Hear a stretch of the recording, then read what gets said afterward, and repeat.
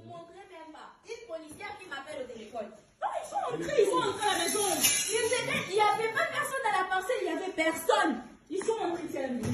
Voilà comment ils sont. Oui, papa, vous y montez les escaliers. Oui, j'ai au-dessus là. Mais moi, ils m'ont pris là-bas. Ils m'ont pris là-bas. Ils ont cassé même la photo du président Etienne. Regarde, Etienne, regarde. Ah, ils n'ont même pas respecté Etienne. Ah, Seigneur.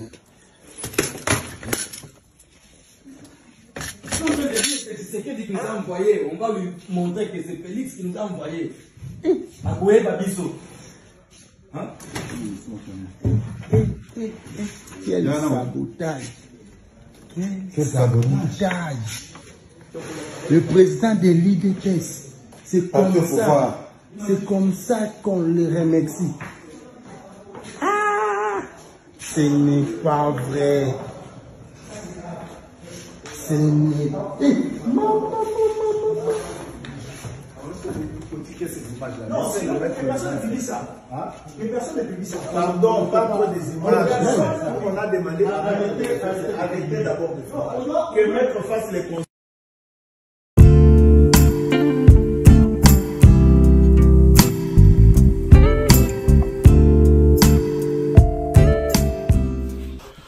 Chers compatriotes, amis de la chaîne Kerdinmer TV, vous qui nous suivez partout dans le monde à travers cette chaîne qui est la vôtre, je vous dis bonjour ou bonsoir. Cela va dépendre de l'heure à laquelle vous allez suivre cette émission. Cette émission est intitulée Rien qui est la vérité. Rien qui est la vérité, une émission à caractère politico-socio-culturel. Rien qui est la vérité, cette émission, Oyo Tosala pour la Bino, pour la Boyeba, comme la Bino Basango, Oyo Talimboka, République démocratique du Congo. Cette émission, Tolobaka, Tozalaka, beaucoup plus pour la Boyeba, pour Solo, la Bino Banamboka, République démocratique du Congo. Question pour discuter la Bino, question pour partager la Bino, et question, il y a pour réfléchir, et longo biso la Bino, ça et longo biso na bino parce que mboka ya République démocratique du Congo ezali mboka oyo etali biso etali yo etali ngai etali bayenyo soko babengani ba congolais. À travers cette émission ni bomoni biso encore une fois boso la bino bobitu nini ne même biso boso la bino mais ndenge de sa bino soki tozala matière te soki tozala CGT et voilà pourquoi nous nous retrouvons devant vous et je vous dis encore une fois bonjour ou bonsoir, cela va dépendre de l'heure à laquelle vous allez suivre cette émission. Et sans mon avis sur la je pense que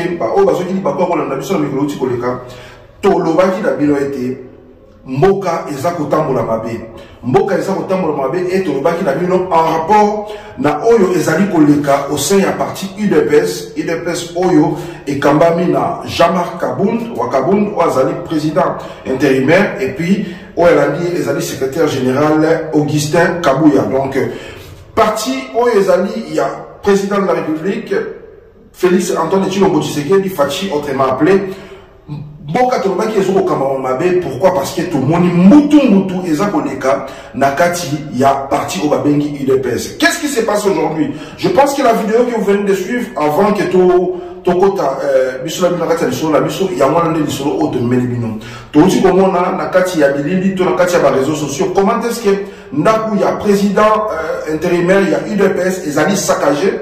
Même nous posons la question jusqu'à là parce que pas trop ba saccagé ndaku wana to yebi bango na noté police n'a pas appréhendé mon côté et biso toujours mituna mais biso na bino to yebi ete conflit oyo ezali ko régner na kati ya IDPS ezali IDPS El Kinshasa contre batu ya IDPS oyo bauta libanda ya mboka ba oyo bazalaka auprès ya président de la République ezali malentendu oyo ezoko na kati ya parti IDPS parti ya mokonzi ya mboka Félix Antoine Tshilombo Tshisekedi et ça pour ça la mawa mingi na kati ya mboka République démocratique du Congo. La fois passée to beta ki awa to benda ki bino to ayi ko belela to sala ki belela pour la weba ko la bino ke batu oyo mususu bazali ba membre ya IDPS to ba combattre ya IDPS to landa ki ndeko moko ayaki alobaki opération beta conseiller sur le conseiller président de la République beta et kangaye sala e onyo so yokosala et le lot okutani na oyo tozo robenga to likambo oyo kwei ndaku ya président ya UDPS lelo ezali saccagé tozo komi tout na ba question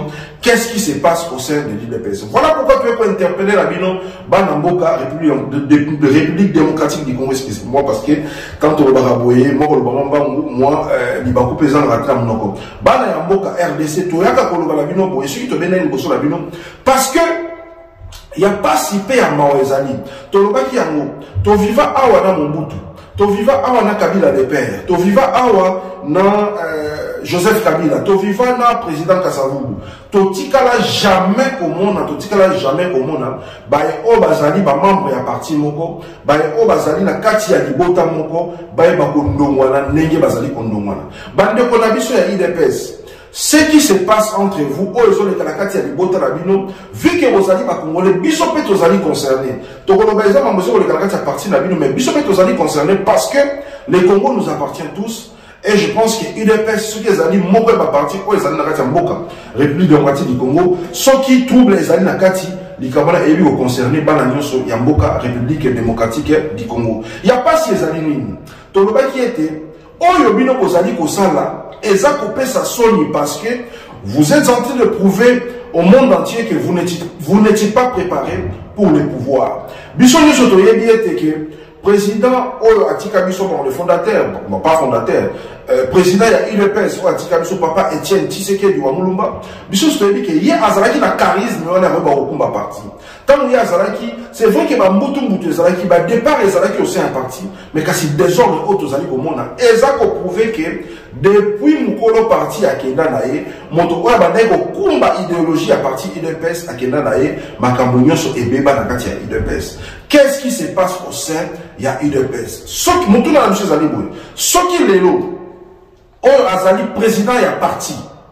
Oyo Azali président il y a parti présidentiel parce que Félix Antoine Tshilombo Tshisekedi a bimi na kati ya UDPS, tandis que Lelo Azali président il y a pas Congolais nyonso. Mais ce qui monte Oyo Azali président, il y a parti wana.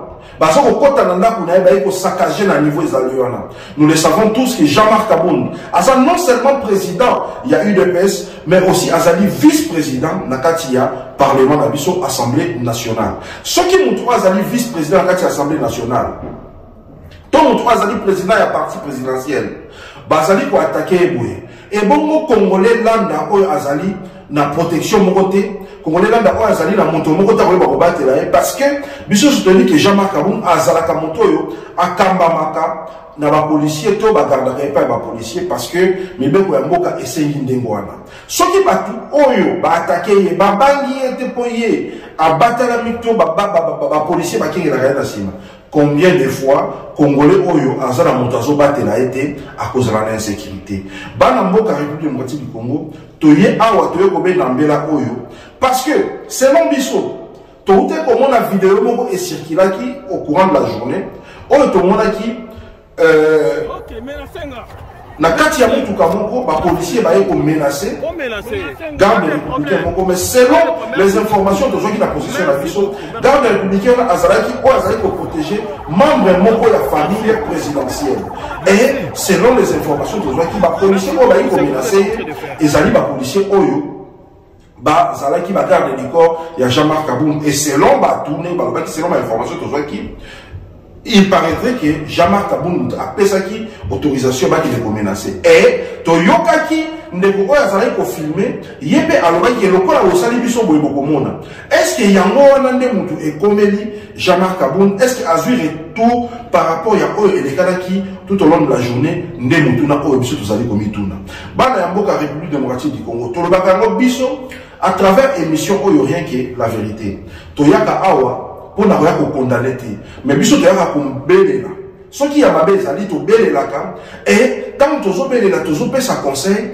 et tosenga na bino pepe bakopesa biso pe conseil pour que toyeba kotambusa mboka na biso malamu mboka ekambamaka boye te lelo mboka ya République démocratique du Congo bandeko na biso ya UDPS vous devez assumer nyonso oyo ekoya parce que awa nanu tokotina ba élection te mpona koyeba koremplacer mokonzi ya mboka tozomona ba désordre ya boye bongo ntango tokokoma ba élection kozala nini soki ba membre ya parti UDPS to bato mosusu oyo bazali parti moko na président ya nini kwa ya UDPS babangi te bakei ko menacer to baki ko sala mobulu to ko saccager ndako na ye combien de fois bato wana bakobanga ko saccager ndako ya Martin Fayulu combien de fois bato wana bakobanga ko saccager ndako ya Moïse Katumbi combien de fois bato wana bakobanga ko saccager ndako ya Jean-Pierre Bemba combien de fois bato wana bakobanga ko saccager ndako ya Muzito pour ne citer que cela et ndako ya bato misusu mbana ya mboka République démocratique du Congo mboka na biso eza kotambola na façon moko ya bien te. Et pendant que tolo bana si bozo mona tozo illustrer ba image, ça fait trop mal, ça dérange beaucoup et nazo ke no kosenga na mokonzi ya mboka République démocratique du Congo. Lokola yo bimi na famille ya UDPS. C'est vrai que lelo ozali susu kaka président ya UDPS te, okoma président ya Congolais nyoso et d'ailleurs kosenga pa na yo. Yeba kozongisa parti na yo na ordre. Parce que ce que nous sommes en train de vivre aujourd'hui, c'est du désordre tout à fait. Tozalaki na Joseph Kabila. Attention qui a zalaki na mabe na ye, tozalaki na Mobutu. Attention qui a zalaki na mabe na ye, mais oyo désordre ya boye. Ceux qui bokolo na biso ya oni ba bengi état de droit, alors tokobanga po état de droit oyo eza kokende nzela ya mabe. État de droit oyo eza kokende nzela ya mabe. Ceux qui neti ba civique wala parce que na kobenga bango na civique. Ceux qui ba kei ko menacer Jean-Marc Kaboun en tant que président de l'UDPS. Mais est-ce qu'il va taler fonction il y a président ou encore vice-président, il y a Assemblée nationale, attaquer une personne dans la résidence et ça le voit Bobomi déjà Moutouana. Parce que la carte de résidence sur des amis ici, quand ils botent na bazalaka, batouana ba civique va se déplacer, ba kei tina ou qui ne saccager na kunaye. Et tozola na vidéo wana ndenge nini baza koloba bato o baza ofilmer baloba nini ke non bato bayaki balobi nini ke ezali batindami epa ya président de la République biso tokola na maloba wana te mais toye kobenda kaka na lobaka ngo la fois passée na émission ngo na salaka awa na lobaka yango que selon ba signe oyo biso tozokomona 2023 Jean-Marc Kabund et kozala difficile à kotambola nzela moko na Félix Antoine Tshilombo Tshisekedi. Qu'est-ce qui nous pousse à dire cela? Il y a que Jean-Marc Kabound a destitué pour son fonction, il y a vice-président et les lots ont la fonction. Mais nous le savons tous que pendant qu'il y a Zalaki destitué, il s'attendait à ce qu'il appuie mon corps et où t'es pas mon Kondiamboka pour que même Rosone c'est les Sikawana avant qu'il y a son député simple. Et je pense que ma bloc ou un bloc et côté Sakamwa bancaire par rapport à service Oye à Randa mon Kondiamboka, tout le service Oye à Randa IDPS. Je pense que Wana nous c'est allé à Mituna, tout Makamu Oyo et Zali Kobangisa. Et ça Kobangisa pour Nanine. Parce que les lots, tous au Mituna, ceux qui n'ont pas IDPS, il y a un moment où ils allaient partir au pouvoir. Comme ils se comporter le opposant, boni, opposant, ils ont la sécurité. Ceux qui m'ont dit président de l'IDPS, ils vice-président de l'Assemblée nationale, ils ont attaqué.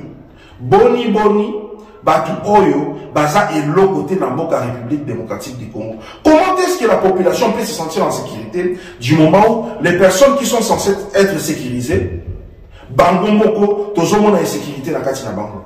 Tozomo na Mokonzi Mboka aza ko promettre sécurité na Mboka. Mais avec tout ce qui se passe, mes chers frères et sœurs, mes chers compatriotes, je vous dis que Mboka eza ko kende mabe.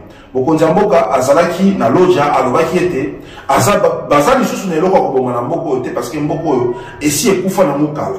Est-ce que c'est guéri tu es pas pour le Mboko yo? Loko esi ekufa ki na ngo depuis kala. Mais ce qui Mboko ekufa ki depuis kala. To mona ki Shada était mazaki secrétaire général ya nini ko il y a PPRD, il y a PPRD qui nous menacé et tout le monde qui n'a pas parti, et ça la même,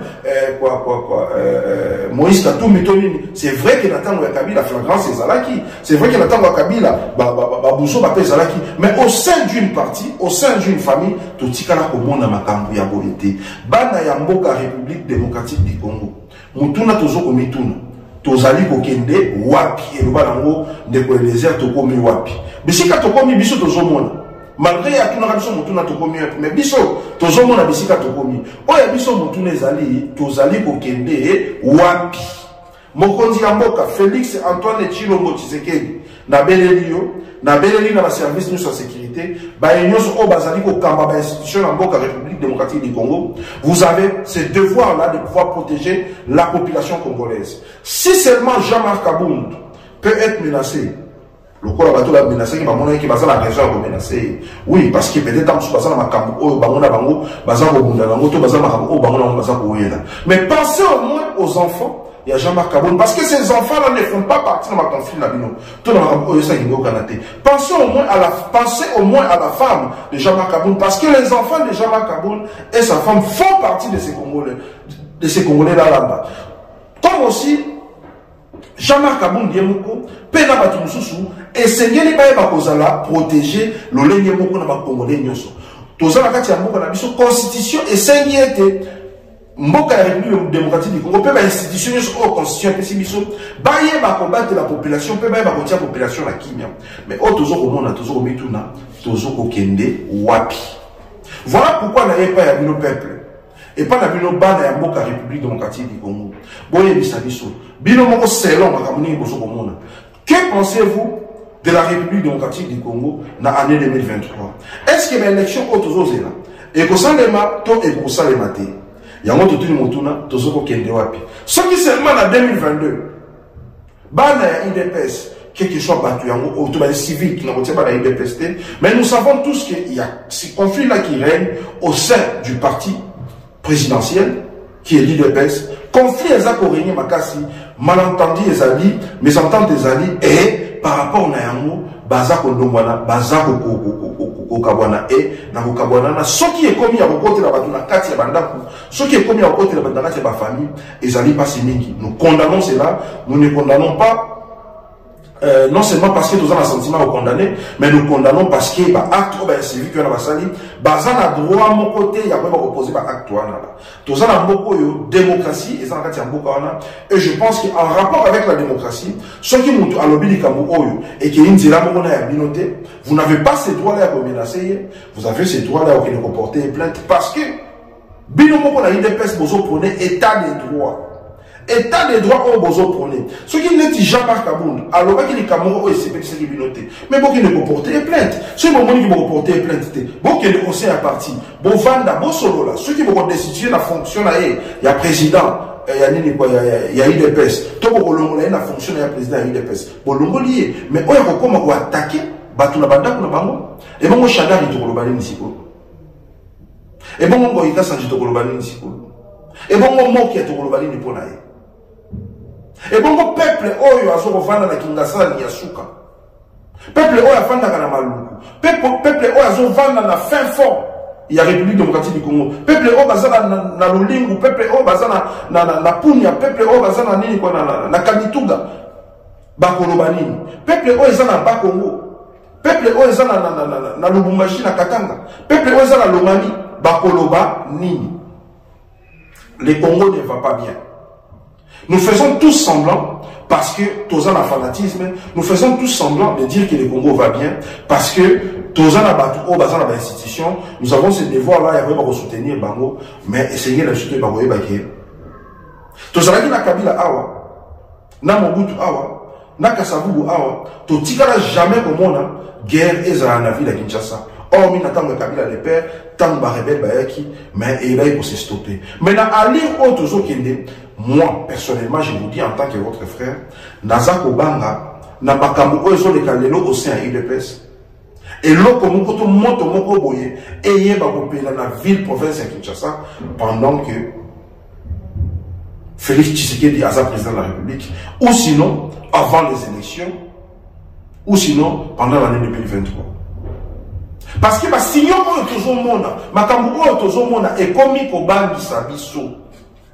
Et comme il faut bangi sabiso, le peuple congolais doit maintenant se sentir en insécurité. Pourquoi? Parce que ceux qui déjà, ils étaient à Kokauka, non, ils étaient à Yamoubesu, Ezosika, bon, Mobiso, ils étaient à Kokauka. Bongo biso bazete au Kakatolobani. Ceux qui les lots batouana babangité, bakei comme menacé Oazali vice-président et Assemblée nationale, puis président et IDPS, Oazali parti présidentiel. Mes chers amis, mes frères et sœurs, je vous dis encore une fois. Tous avec Kengi. Peuple congolais, il est temps la biso de besoin responsabilité la biso. Il est temps la biso de non quand ça ne va pas. Arrêtons d'être tribal, arrêtons d'être sentimentaliste, arrêtons d'être fanatique, arrêtons qu'on colanda parce que Viona Kabila m'a dit Dona Kabila m'a vendra. Non, quand ça ne va pas, nous avons ces droits-là. Il y a Koyeba Koloba, Kobima la paix Koloba, que non, ça ne va pas, et nous voulons les changements. Si seulement dans la ville-province de Kinshasa, qui est la capitale de la République démocratique du Congo, un civique va bangiter, il y a vice-président, il y a Assemblée nationale. Selon la Constitution, est-ce que tu es dit ici, Jean-Marc Kabound, Azako Zoua, au sein de la République démocratique du Congo? Azali parmi les 10 personnalités. Il y a Liboso, il y a Mboka, République démocratique du Congo. S'il ne faut pas citer parmi les 10 premières personnalités, mais donc citer parmi les 5. Parce que ceux qui ont joué, le président de la République, qui est président du Sénat, après président du Sénat, vice-président du Sénat, qui est président de l'Assemblée nationale, après président de l'Assemblée nationale, vice-président de l'Assemblée nationale, et qui reçoit, premier ministre. Ceux qui ne l'ont pas tout, la population, sont au banc à Bangote. Ceux qui ne l'ont pas tout, dans les civiques, sont au banc à Bangote, dans la province, ou ville, province de Kinshasa, où ils allaient capitale, alors je vous dis, le Congo est en danger. Le Congo est en danger et nous devons faire très attention. Dans la Mboka, il y a République démocratique du Congo. Nous voulons avoir clair sur cette histoire. Nous voulons savoir qui sont ces gens-là qui sont allés menacer Jama Kabound à Kabound. Tozo dénoncer Batouana, c'est pas parce que tu côté la Jama Kabound à Kabound, mais c'est parce que Tozo Tiaye na Esika ya Congolais. Esika ya fonctionne il y a qui président, il y a eu des personnes qui tout tient au paiement. Tozo placé là en tant que Congolais, Azan a droit, il y a quoi besoin de sécuriser et aussi en tant que personnalité, Oyo Azan au Kambapé ba institution, il y a Moka. Moko ya institution Moka. Azan vice-président de l'Assemblée nationale. Et je vous dis, mes chers frères et sœurs, ceux qui seulement Batubazo Bangate pour attaquer Oyazali, vice-président, puis Oyazali, président, il y a parti présidentiel, il y a des programmes toujours dans l'Anda, il y a un mot qui va rebangate. Mboka est comme Kambama, n'a pas battu dans le désordre. Mais niveau de barbarie, autour monde, niveau de désordre, puis niveau de n'importe quoi autour monde. Mes chers frères et sœurs, je pense qu'il est temps pour nous, il y a quoi au fond de la mission. Nous avons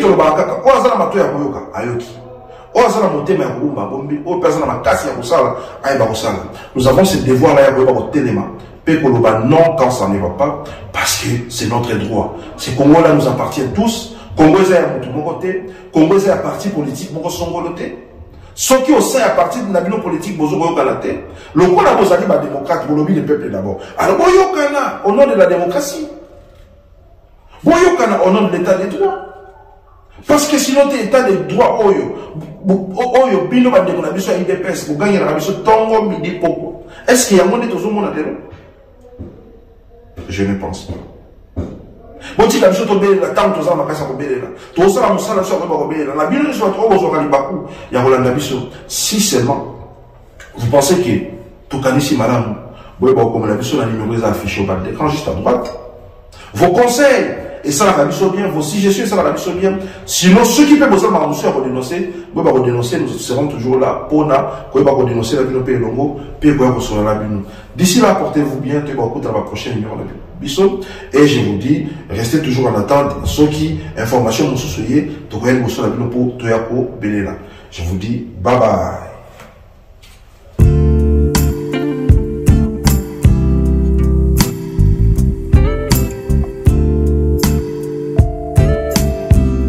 Njungwe Kotoko.